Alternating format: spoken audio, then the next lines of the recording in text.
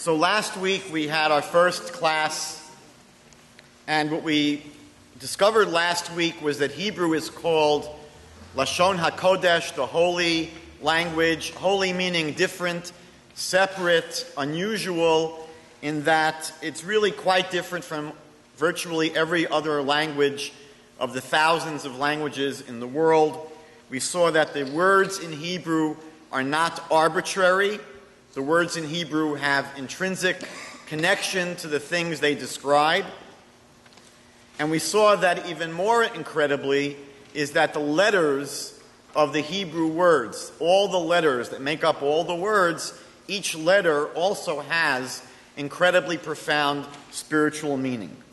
The Jewish mystics taught that the Hebrew letters are the building blocks of creation, that God created the world through the Hebrew letters. They are the DNA of the physical world.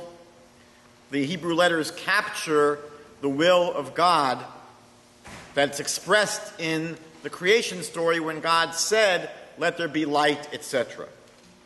We saw last week that Hebrew is incredibly consistent with the world of reality. We saw a number of examples. I'll share one or two more with you tonight as we tie up some loose ends. You'll see that the first word on our sheet here is the Hebrew word shana. Shana is the word for year. Shana is year, like in Rosh Hashanah. The letters of shana, shin is 300, nun is 50, hey is 5. 355, the numerical value of the word year. And that's because the Hebrew year is essentially a lunar year. It's a lunar year that is corrected for the solar calendar. But the Hebrew months are lunar months, and the number of days in a Hebrew year are 354 and a fraction.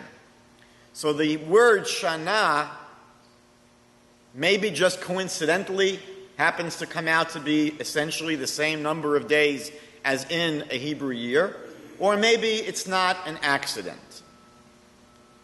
Malcolm Gladwell wrote a famous book called The Tipping Point, and I would propose that it's very easy to take any of the examples we'll be studying in this class and chalk it up to coincidence, but I would say that after hundreds of thousands of coincidences, it just reaches a tipping point where it becomes very, very difficult to say, well, it's another coincidence.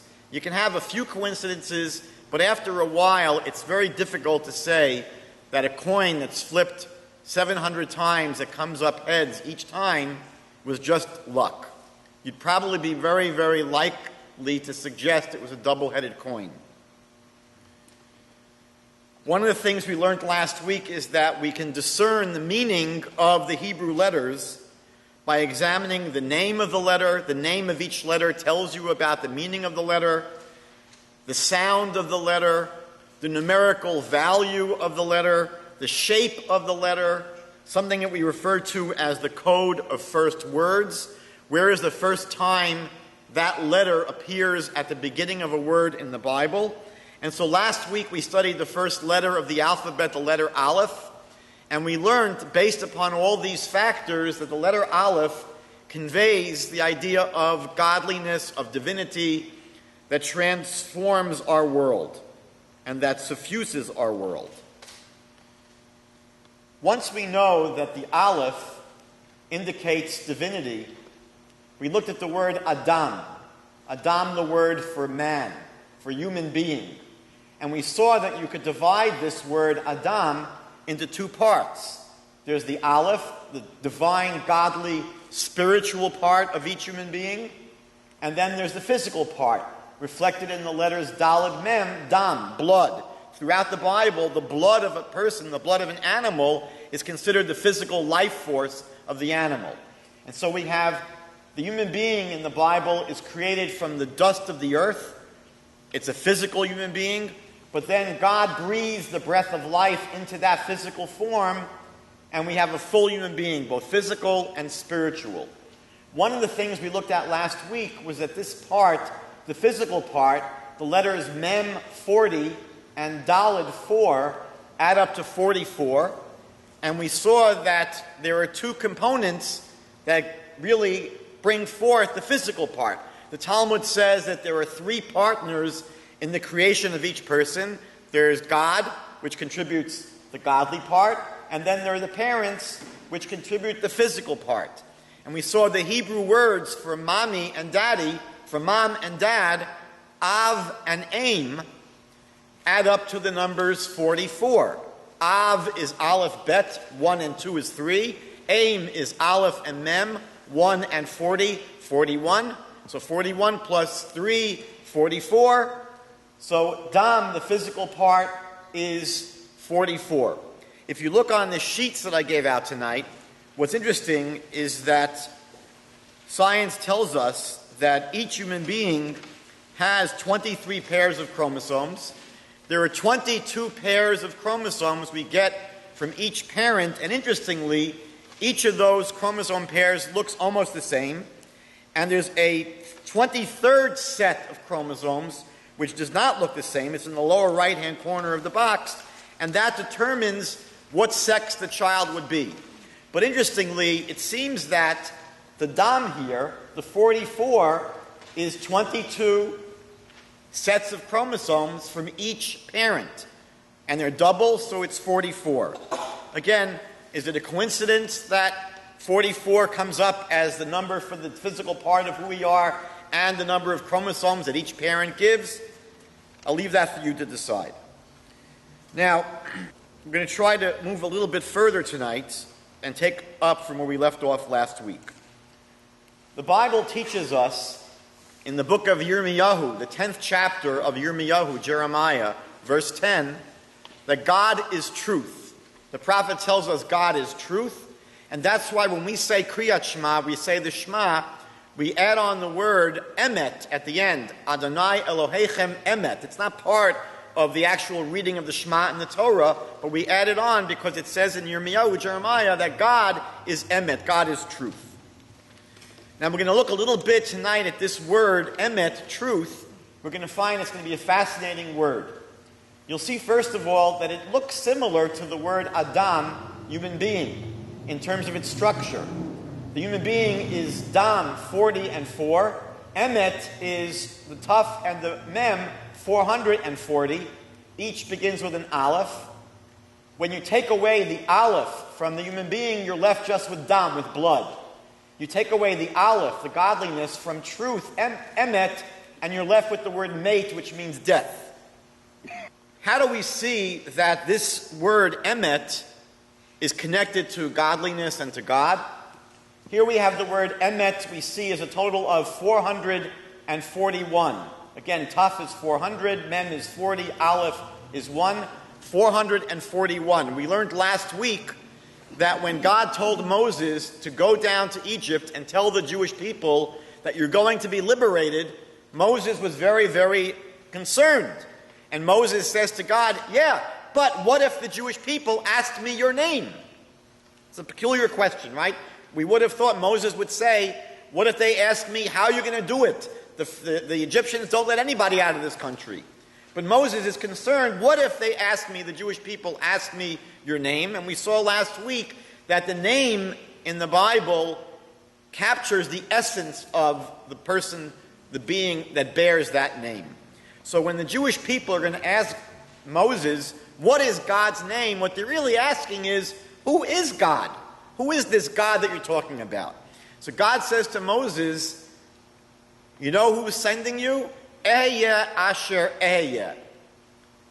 Tell them that Ehyeh is sending you. Ehyeh asher ehyeh, I will be what I will be. We saw that each of these three words begins with an Aleph. It's one of the most important names of God. We saw again the Aleph is the letter for divinity, for godliness. And here we have the phrase, Ehyeh asher ehyeh. And you may not be able to see it, but we'll add them up. The name Ehyeh, I will be, Aleph is 1, Hey is 5, Yud is 10, Hey is 5. So it's 5, 10, 5, 1, for a total of 21. So it's Ehyeh asher ehyeh. Ehyeh by Ehyeh, or 21 times 21, for a total of 441. The name, I will be what I will be, when you swear I will be, it adds up to the number of the word emet, truth.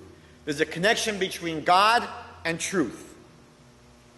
By the way, just interestingly, if you take the names of the three patriarchs, Abraham, Yitzchak, and Yaakov, the first letter of each of those names is 21. Abraham, Aleph, Yitzchak, Yud is 10, Yaakov, Yud is 10, so Abraham, Aleph is 1, Yitzchak, Yud 10, Yaakov, Yud 10. So the three patriarchs, the first letter of their names adds up to 21. Also interesting that the first letter of each of the 5 books of Moses, the first letter in the book of Genesis, of Bereshit, we saw last week, was the letter Beit, Bereshit. Bereshit, in the beginning. The first letter in the second book of the Bible, second book is called Exodus in English, but in Hebrew, Shmot, and it begins with the word Ve'ele, and these are the names. So we have Beit in Bereshit, the number 2, Vav in Ve'ele. The third book of the Bible, Vayikra, and God called to Moses. Vayikra begins with a Vav, again the number 6. The fourth book of the Bible, Bamidbar, begins with the word Vayidaber, and God spoke to Moses. Again, Vav, Vayidaber, the number 6. And finally, the last book of the 5 books of Moses, Dvarim, begins, Eile HaDvarim, these are the words. So the first letter of each of the 5 books of Moses is Bet, 2, Vav, 6, Vav, 6, Vav, 6, and Aleph, 1, for a total of 21. That we have a tendency to be able to find this clue to godliness all over the Bible, as we'll be seeing tonight. There's an expression in Hebrew which says, Rosh Devarcha Emet. The beginning of your words are truth. We say it in one of our prayers on Shabbat, and it's a very famous expression, and the rabbis find numerous hints that the beginning of God's word is truth. The first 3 words of the Bible, Bereshit bara Elokim, in the beginning God created. And if you take the last letter of each of these words, the last letter of Bereshit is a Taf, the last letter of bara an Aleph, the last letter Elokim is a Mem, for the word Emet, Aleph, Mem, Taf, if you scramble them. So within the first 3 letters, a clue to God being truth. I'll just tell you a cute story while we're on the topic of the first 3 words. It's a story I've told before. If you haven't heard it, it's very cute. There was once an apostate Jew who came to the great Vilna Gaon, Elijah of Vilna, one of the greatest sages in rabbinic Judaism, lived about 300 years ago, and he said to this great rabbi, I'm going to prove to you the truth of Christianity from the very first word in the Bible. And he says to the Vilna Gaon, look at the first word in the Hebrew Bible, the word Bereshit. The first 3 letters, Beis, Reish, Aleph, Ben, Ruach, Av, Son, Spirit, Father. The first 3 letters. So the Vilna Gaon immediately said to him, you didn't read the rest of the word. The rest of the word says Shin, Yud, Taf. Spells out Toras, Yeshu, Sheker. The teachings of Jesus are falsehood. So we're going to see that there's a lot of things that are included in this very first word of the Bible. Actually, it was the Vilna Gaon that taught that almost everything that will ever take place to the Jewish people is hinted at in this very first word of the Bible. One of the things we see about the word emet, truth, is that the word itself tells us a lot about what it is. The word emet begins with an aleph, which is the first letter of the alphabet. It ends with a taf, which is the last letter of the alphabet. And in the middle is the mem, which is the middle letter of the alphabet. So the word truth is truth from the beginning to the end, thoroughly all the way through the first, the middle, and the last. Also, we have an expression in Hebrew which has a very similar expression in English. In English, we say, if something is true, then it has a leg to stand on. In Hebrew, we say, yesh raglayim ledavar. The thing has legs, it has feet. If something is not true, we say it doesn't have a leg to stand on.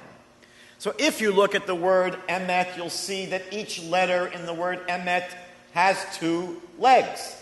The aleph stands on 2 points, the mem stands on 2 points, the taf stands on 2 points.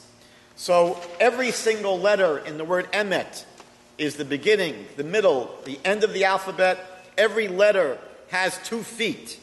And then something fascinating happens with the numerical value of emet. Emet is 441. If you take those numbers, 4, 4, 1, add them together, you get a 9.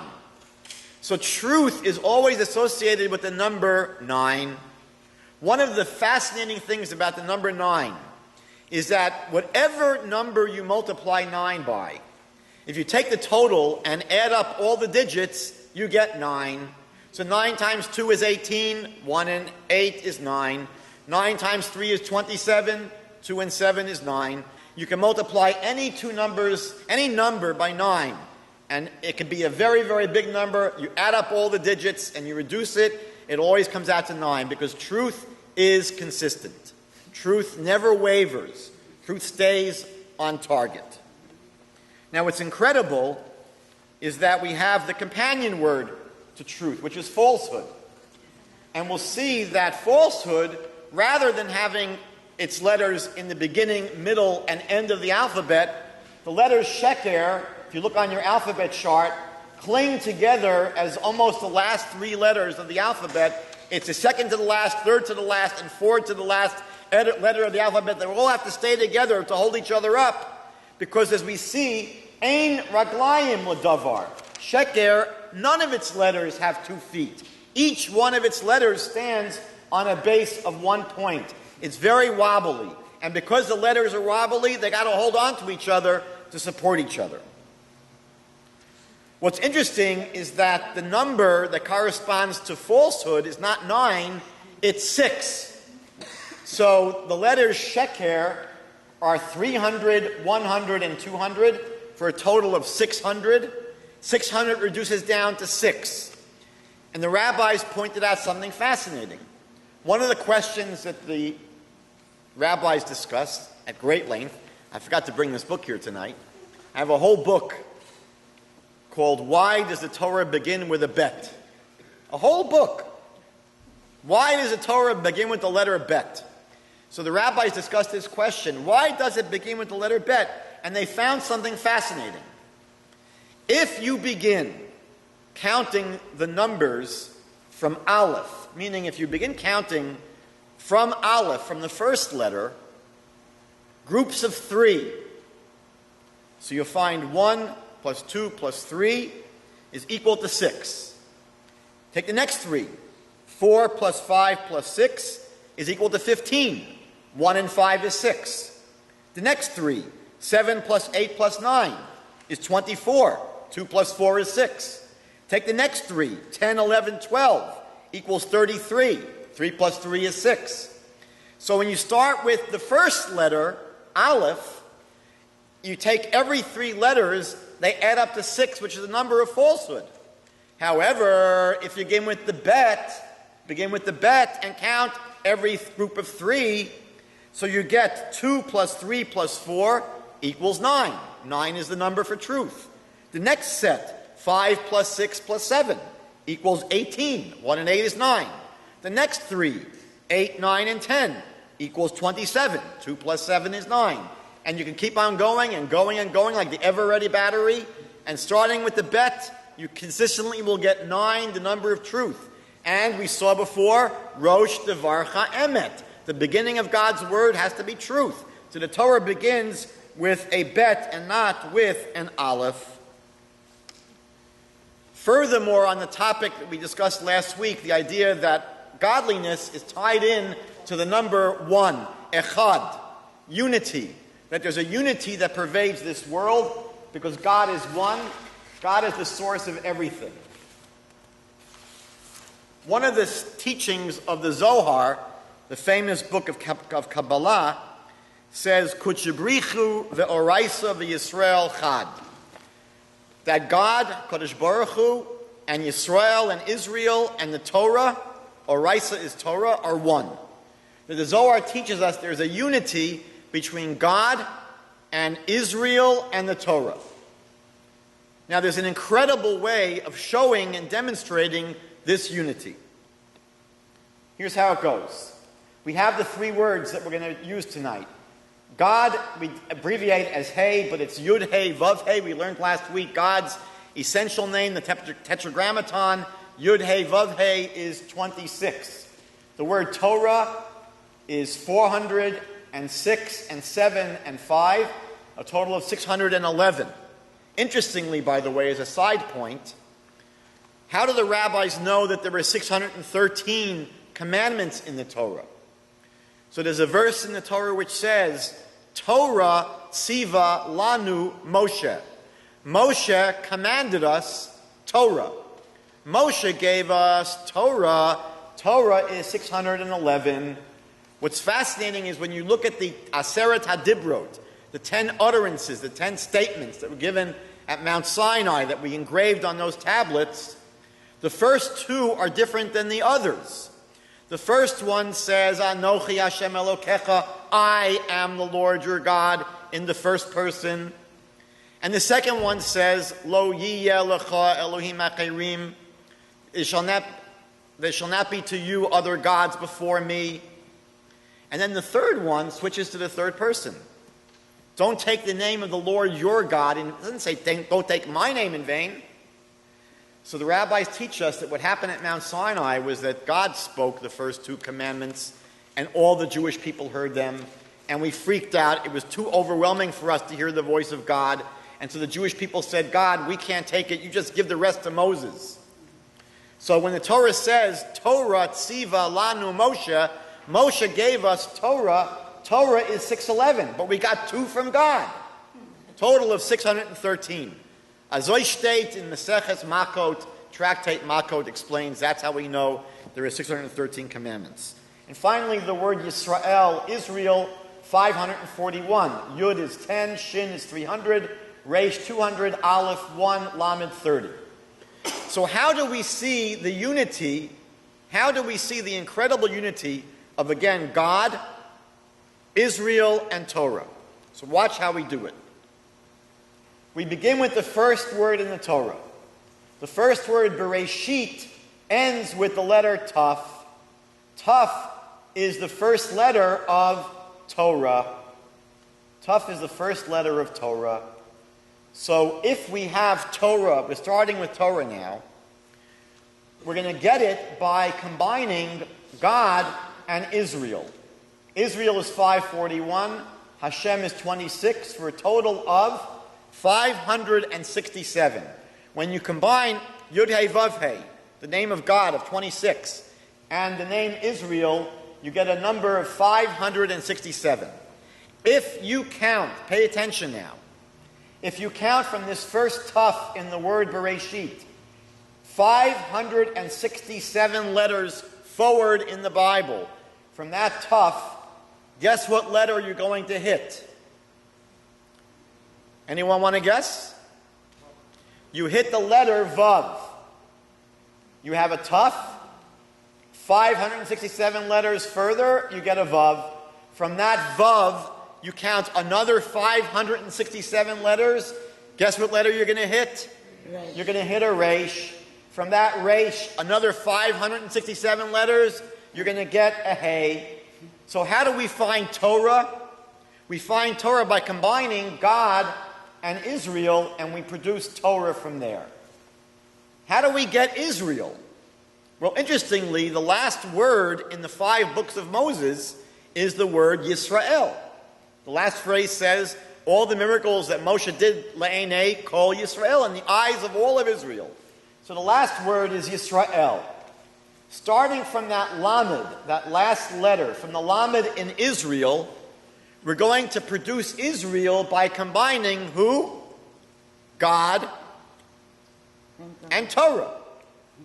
So God is 26 and Torah is 611 for a total of 637. So if you take the Lamed in Yisrael and you count back 637 letters going backwards, I'm sure you can guess what letter you're going to hit. You're going to hit an Aleph. And from that aleph, if you go back another 637 letters, you're going to hit a resh. And from that resh, 637, you're going to get a shin. And from that shin, 637, you're going to get a yud. You get Yisrael by combining God and Torah. And how are we going to get God? So here, we're going to go not to the beginning of the Torah and not to the end of the Torah. We're going to go to the very middle of the Torah. And the very middle of the Torah is the word gachon, which means belly. It's a verse in Leviticus, Vayikra, which speaks about the animals that crawl on their bellies. And taking the vav in that word gachon, we combine Torah and Israel. Torah 611, Israel 541, for a total of 1152. So from that vav in gachon, going backwards, 1152, what letter are we going to get? We're going to get a hey, a hey. And from that hey, going back 1152, we're going to get a yud. So now we have a yud and a hey and a vav over here. And if you go from this vav forward, 1152, what letter are you going to get? A hey. So we see that when the Zohar said that Kutshabrichu and Yisrael and Oraisa, that God, Israel, and Torah are one, there's a unity, it's incredibly reflected in the beginning, in the end, and in the middle words of the Torah. We see this unity between God, Israel, and Torah. Now, last week we shared some unbelievable biblical pointers to the year that the modern state of Israel was reconstituted. We saw last week that if you go to the year in the Bible that corresponds to the year 1948, you hit the verse of Deuteronomy chapter 30, verse 3, which speaks about the Jewish people returning to their land from all over the earth, where they had been scattered. So if you follow this principle, every single year in history corresponds to a verse in the Bible. And the year for 1948 corresponds to a verse which describes the Jewish people coming back to their homeland from all across the world where they were scattered. We saw also last week that when the Bible speaks about the Jubilee, it speaks about it in a very strange way. It says, in this year of the Jubilee, people returned to their land. And we saw that the verse didn't have to say this year. It just should have said in the year of the Jubilee. And it spells the word return strangely. So we saw that if you take the word return in that verse in the Hebrew, it adds up to the Hebrew year for 1948. So when the verse says, in this year of the Jubilee, people return to their land, yes, in the year 1948, people returned to their land. The Vilna Gaon, we mentioned before, came up with another indication about this special year. He based it upon the Talmud in Tractate Sanhedrin, page 38b. The Vilna Gaon found that the Talmud describes what happened during the first day of creation.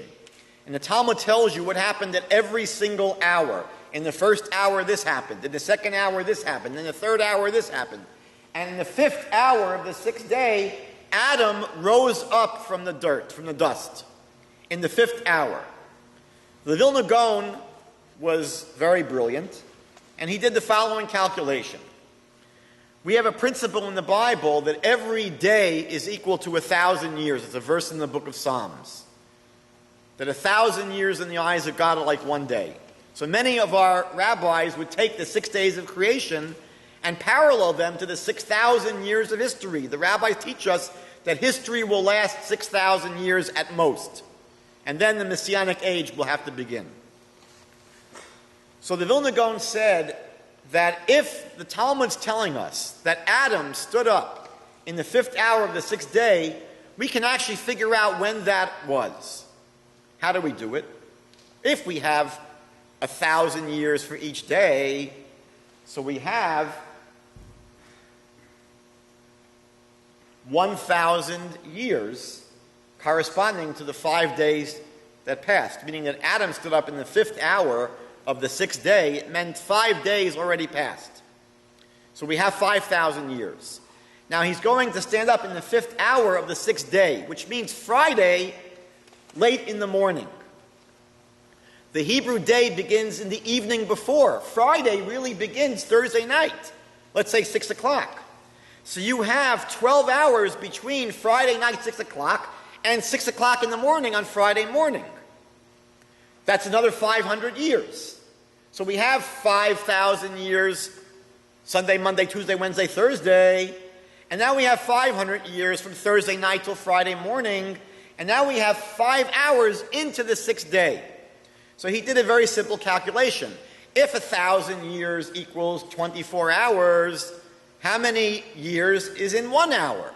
So you divide 1,000 by 24, and you get 41.6. Each hour is equal to 41.6 years. So 5 hours into the 5th day is 208 years. If you add all the numbers up, you get 5,000 plus 500 plus 208, which is 5,708. The Hebrew year 5,708, we saw last week, is the English year 1948. So the Vilna Gaon said that this is going to be a very special hour when Adam begins to arise from the dust, almost as if he prophetically anticipates that the beginning of the messianic process. The rabbis compared Adam to the Messiah. If you take the word Adam, the letters Aleph, Daled, Mem stand for Aleph, Adam, Daled, David, Mem, Mashiach. And there's a connection between Adam and David. Adam was supposed to die on the day he ate from the tree of knowledge of good and evil. We know that he was supposed to live there for 1,000 years, but Adam only lived to be 930 years. What happened to those 70 years? So the rabbis tell us that King David was supposed to be stillborn, and Adam gave those 70 years to David, and David is the progenitor of the Mashiach. So the Vilna Gaon is saying something's going to be happening where the beginning of this messianic process is going to start in the 5th hour of the 6th day, and it's going to be emerging out of the ashes. So emerging out of the ashes of the Shoah, we have in 1948, right after the Holocaust, right after 6 million of our brothers and sisters perished in the ashes, Adam starts to stand up. The beginning of this process of the messianic redemption is beginning. This is something that the Vilna Gaon predicted hundreds of years before 1948, again, based upon what the Talmud tells us. Now, I'm going to share with you in the next few minutes a theory which is being advocated by a number of teachers. I will share with you the caveat that's important to share. It's a controversial theory, and many scholars poo-poo this theory, but I know that many academics poo-poo the idea that God created the world. So the fact that academics poo-poo things, I don't necessarily want to run home. But I would say that what I'm going to propose now, I'm proposing provisionally, meaning I'm going to share with you something that I find interesting. I will not tell you that I find it overwhelmingly compelling and that it can be proven. But I think that it's interesting enough that I want to share it with you. There is a theory that Hebrew is the source of all languages in the world. There was a book written years ago by Isaac Moseson called The Word. And in this book he shows literally hundreds of Hebrew words and how they are related to many, many, many different languages in the world today. He later was involved with publishing this book called The Origin of the Speeches. I had to look twice for a moment. The Origin of the Speeches, which really puts forth his theory, which he calls Edenics, Eden, that he proposes that in the Garden of Eden, that there was a Proto-Hebrew that was spoken, and that he finds Hebrew to be the source of all languages in the world. Let's look at something interesting.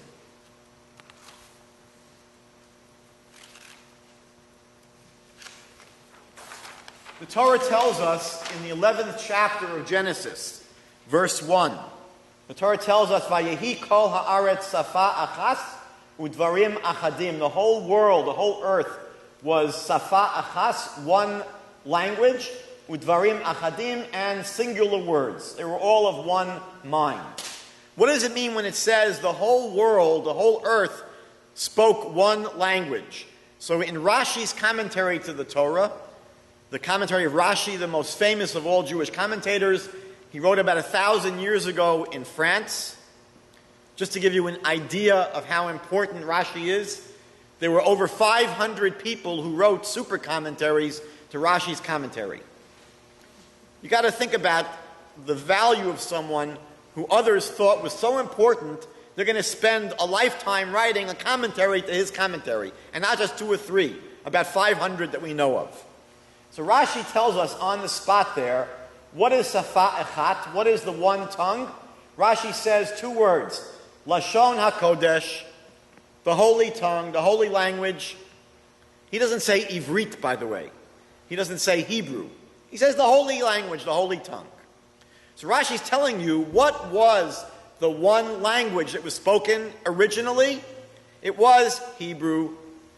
Now, in 1980, I met with one of the greatest rabbis in the world. He passed away just a few years later. He was called the Steipler Gaon in Bnei Brak. And the Steipler Gaon published a book where he shows that very, very often the numerical value of Rashi's commentary is equivalent to the words he's commenting on. So the Steipler Gaon shows us that the numerical value of Safa Echat is actually equal to the numerical value of Lashon HaKodesh. The truth is, if you add up the numbers, it's off by 1.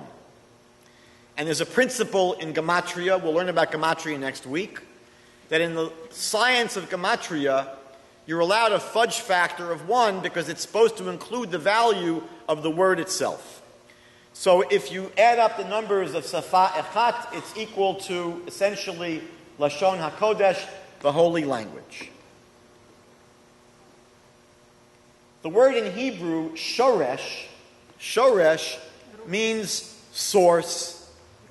Do you notice any similarity between the word shoresh and the English word source? Especially if you take the letter shin and you pronounce it as an S, which it can be pronounced. So, source.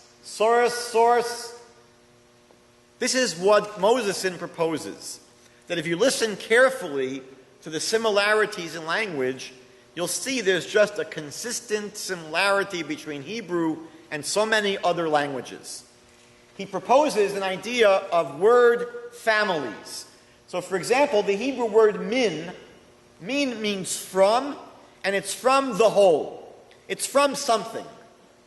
And he shows us that the Hebrew letters mem and nun, or M and N, mem and nun, apply to this idea of counting, numbering, things that you would count or number. For example, minyan is a counting.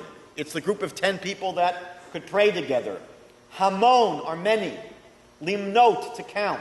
There are actually many, many Hebrew words where the mem and the nun have something to do with this idea of a part of something, or counting, or something that you would count. If you look at the English words, min is from. You could take something from something, you minus it. Minus mem and M and N. Diminish M and N. Then we have many, money, mammon, number, amount, numerous. Many, many, many words in this M and N family.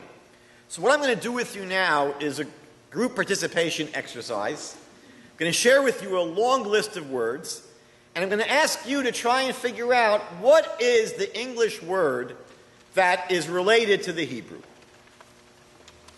We're going to start on the right-hand side from the top. The first word on this list is the Hebrew word Adon. Adon can mean Mr., it can mean a great person, a special man. What might the English equivalent of Adon be? A Don. Like the Don? Don Corleone. Any other possible words that might be related to Adon? Adonis, right? He's an Adonis, right? He's a very special man that's overwhelming in terms of his presence. Okay, the next word on the list, atik. In Hebrew, atik means ancient. Atik means ancient. What might the English corresponding word be? Antique. Atik Hebrew, antique English. How about the Hebrew word ason? Ason in Hebrew is a donkey. Ason is a donkey. What might the English be? Ass or asinine. So we see ason, ass, asinine, there's a relationship. How about the Hebrew word gamal? How about the Hebrew word gamal? Gamal is, please. Gamal is camel. Well, that one is pretty easy. Gamal, camel, it's very, very right in front of you. It's right in front of you. How about the Hebrew word charov? Charov. What is charov? If you know what it is, you know what the English is. In English, we call it carob, right? Sometimes they call it St. John's bread or buxer. But charov in Hebrew is carob. Do you hear how carob is somehow connected to charov? Here, the Hebrew word is ikar.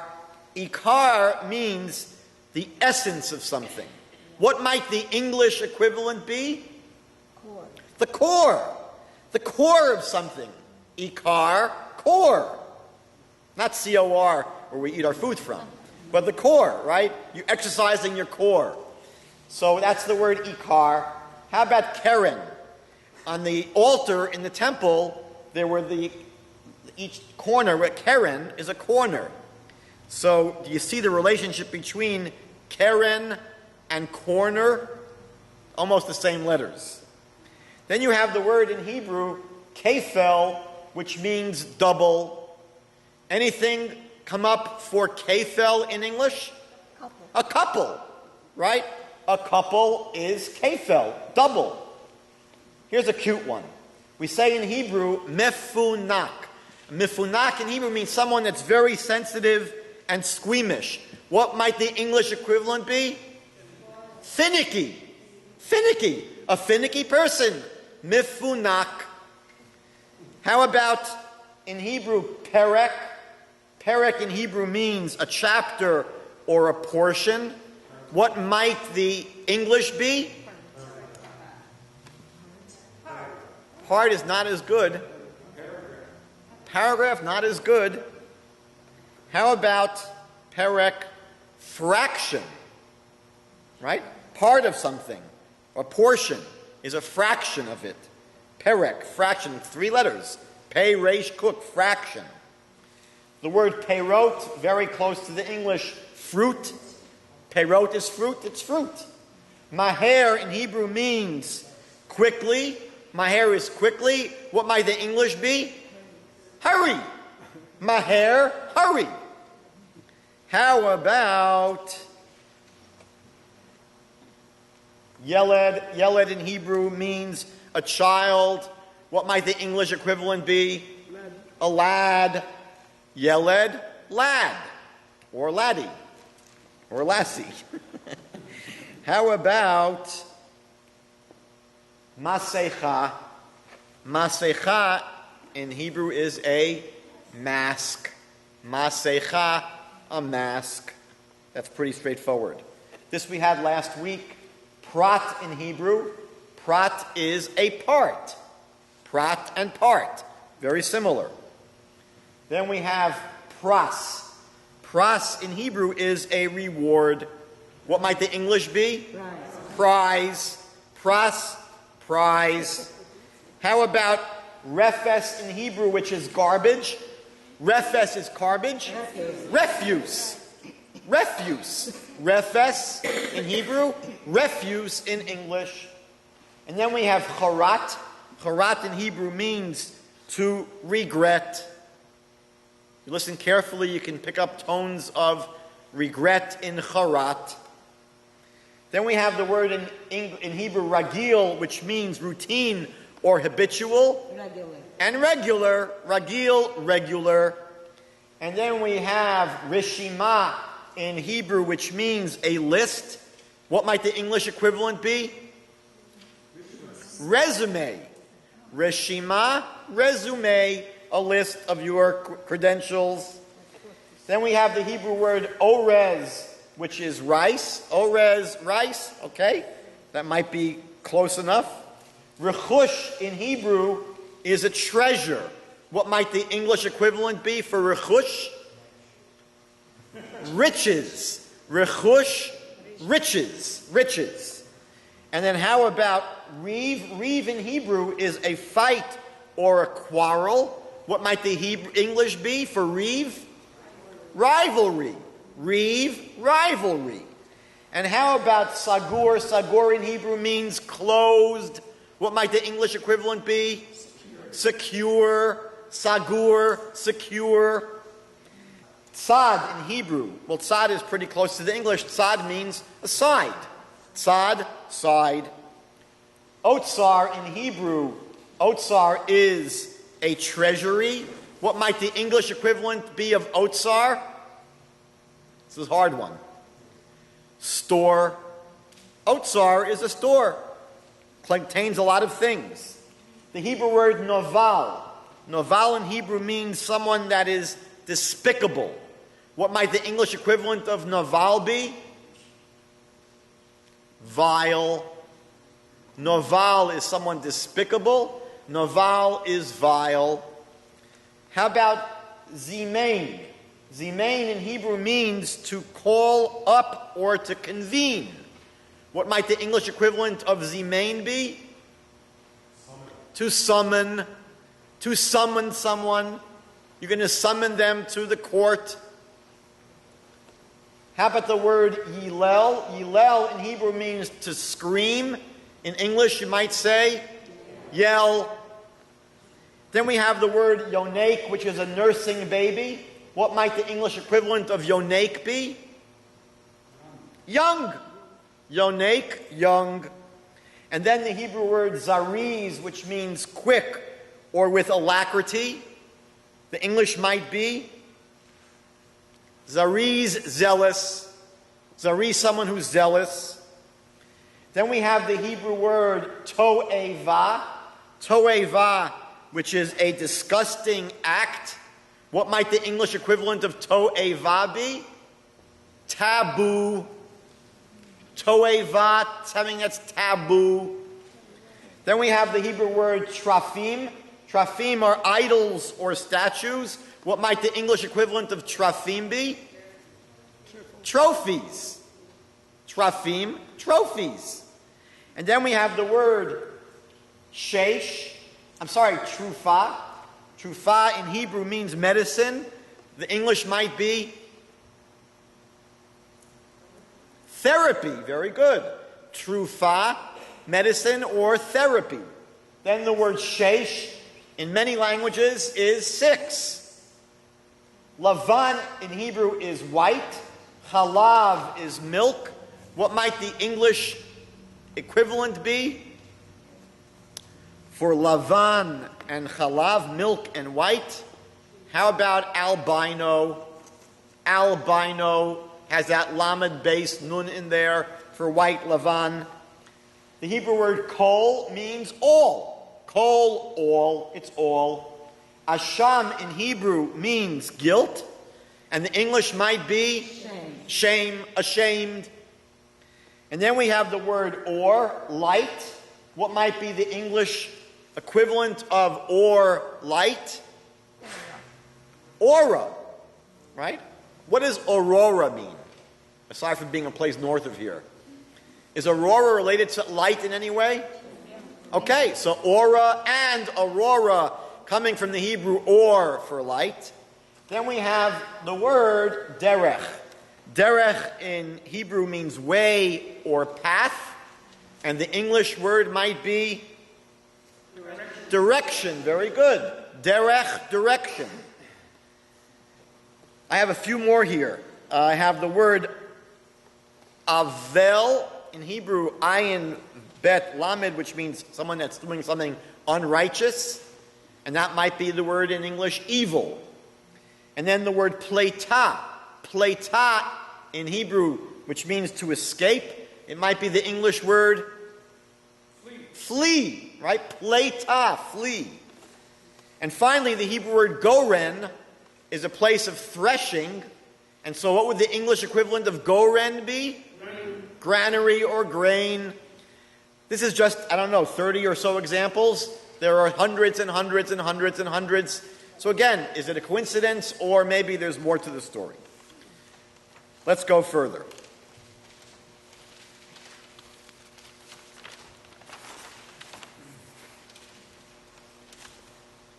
I'm going to share with you a story from the Bible. This is a famous story where Jacob is leaving his father's house, and he goes down to sleep, and he has a dream of a ladder. The ladder is connecting the earth to the heavens. He sees angels going up and down, and he wakes up from his sleep, and he says, "Surely God is present in this place, and I did not know." I'll just refer you to a very fascinating book written in English, an entire book written on this verse. It's based upon a redundancy in the verse. It says in the Hebrew, "Va'ani lo yadati." Now in Hebrew, lo yadati means I did not know. So to say va'ani lo yadati literally would be, and I did not know. So Rabbi Lawrence Kushner wrote a very, very wonderful book on this one verse and sharing a number of different approaches. And there were great Hasidic Rebbes that explained this verse in interesting ways. The Midrash says that for over 20 years, Jacob never slept. When he was studying in the yeshiva of Shem and Aver, the Midrash says that he never slept. He thought sleeping was a waste of time. So he didn't sleep, he studied the whole time. This was the first night he ever slept in years. And he wakes up and he says, "Look, God is in this place and I didn't know." So the Hasidic masters say, you know what he was saying? That sleeping could be a godly act. I just never knew about it. If you sleep for the proper reasons and you sleep for the proper motivation, sleeping could be a spiritual activity. So he wakes up, he says, "Surely God is present in this place and I did not know." And he became frightened and he said, "How awesome is this place! This is none other than the abode of God, and this is the gate of the heavens." The rabbis teach us that this place was the place where later the Holy Temple would be built in Jerusalem. Jacob arose early in the morning and took the stone that he placed around his head. Now, if you read the story, it says before he went to sleep, he put a whole bunch of stones around his head. A whole bunch of stones. And now it says he took the stone that was from under his head. So the rabbis have a famous midrash where they say that the stones all fought with each other. Each one wanted to be the stone on which this righteous person would put his head. So the midrash says that they all fought, and God made them all into one stone, and he rested on that one stone. So many, many, many years ago, when a famous Jewish scientist came to New York to a synagogue on Shabbat, and it was this Shabbat that this story is read, the rabbi was introducing this famous Jewish scientist, physicist, and said that in the Midrash, the rabbis say that all of these stones represented another character trait. One stone represented honesty, and one represented humility, and one represented alacrity. And then all the stones were combined into one stone in Yiddish, Einstein. It was an introduction to Albert Einstein. So he took this stone from under his head, and he set up a pillar, and he poured oil on top of the pillar. And he named the place Bet El, the house of God. But the Torah tells us that originally the name of this place was Luz. The place was originally called Luz. It's sort of strange. The Torah doesn't usually engage in like Jewish geography. Now they're in this place, but a long time ago it was called by another name. This idea of the Luz is very interesting. This is the place where they were going to build the temple in the future. The rabbis teach that the Luz is actually a bone at the top of your neck. The rabbis teach that it's the only part of our body that will never disintegrate. And that when we get resurrected in the future, our body resurrects. It resurrects out of that bone called the Luz bone. The rabbis teach us that that Luz bone is nourished, it's nourished by the food that we eat during the Malava Malka. The Malava Malka is the meal that we eat after the Sabbath, late Saturday night. What's going on here? So let's look at this word Luz, and let's look at the three letters that make up the word Luz. The word Luz has the letter Vav in it. Now, what is a Vav in Hebrew? Vav is a fascinating letter. What does the word in Hebrew Vav mean? So in Hebrew, Vav is a hook. A Vav is a hook. And the letter Vav is shaped like a hook. And what is the letter Vav used for in Hebrew? In Hebrew, the Vav is the conjunctive. It's the connector, meaning that it's this person, that person, and. It's this and, the Vav in Hebrew means and, meaning that the Vav hooks two things together. It hooks together this and that. So the Vav means hook, it looks like a hook, and it's the word and, it's the conjunction, it combines two things together. That's the letter Vav. I'll tell you something fascinating. When the Mishkan was built in the desert, the portable sanctuary, the portable temple that was built before we came to the land of Israel, there was a courtyard. And the courtyard had a big curtain around it. And the curtain was held up by columns. The columns, in Hebrew, a column is called an amud, an amud. And on top of the column, there was a hook. There was a hook to hold the curtain. So those hooks on top of those columns are called the Vavei Ha'amudim, the hooks of the columns. I think we have someone in the room that's a Balkore, that reads the Torah on Shabbat. Is that correct? So if you've ever seen a Torah, you'll know that a Torah is written in columns. Torah is written in columns. Each column is called an amud. And if you look at these columns on a Torah scroll, about 99.9 of them begin with the same letter. Interestingly, almost every single column of a Torah scroll begins with the letter Vav. And those are called the Vavei Ha'amudim, the Vavs of these columns in the Torah. So we have the Vavei Ha'amudim, the hooks on top of the columns in the sanctuary. And then we have the Vavei Ha'amudim, the Vavs of the Amudim, of the columns in a Torah scroll.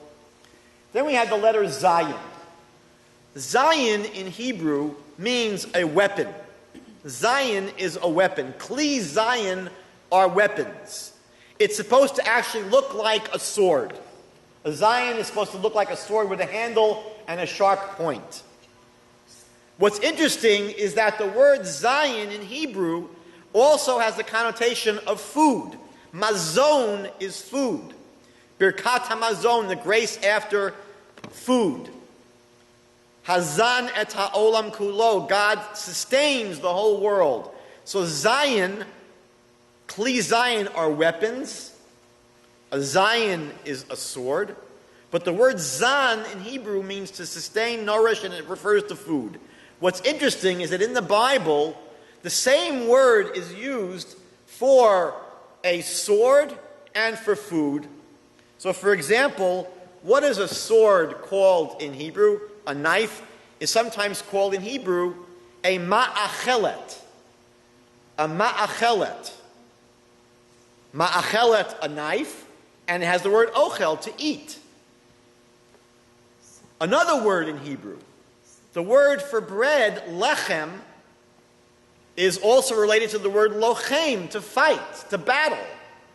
So we see there's some kind of a connection between fighting, battling, weapons, and eating and food.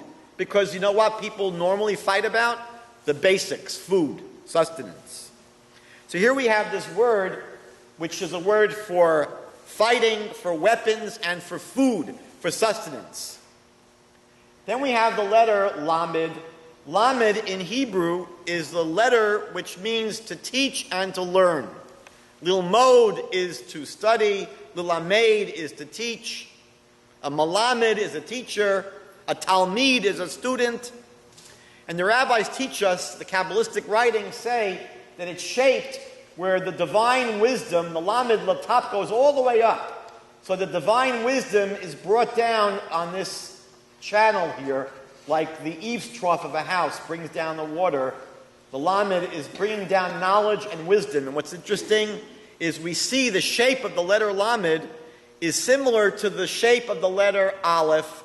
Aleph we saw meant both a leader, a king, a powerful person, aluf.